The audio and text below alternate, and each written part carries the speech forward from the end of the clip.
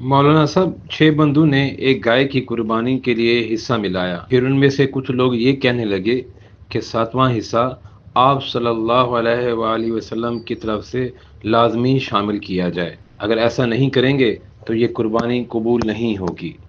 इस हवाले से शरई रहनुमाई क्या है?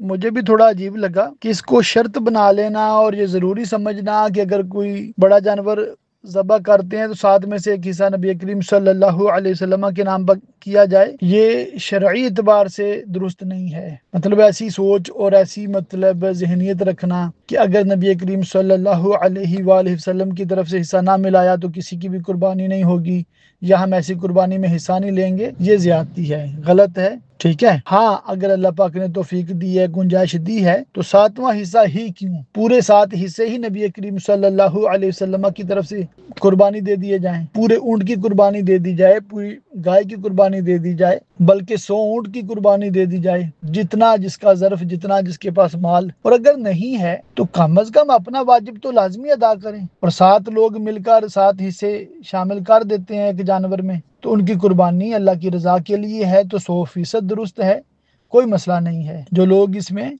तरद्दुद का शिकार हैं उनको समझाएं और उनको बताएं कि देखें, अगर एक हिस्सा प्यारे आका अलैहिस्सलाम की तरफ से हम शामिल करें तो सआदत मंदी है, मगर चूंकि हम इस पोजीशन में नहीं हैं, इसलिए 7 लोग 7 हिस्से आपस में बांट रहे हैं, तो ये बिल्कुल जायज़ है। वल्लाहु तआला अअलम बिस्सवाब।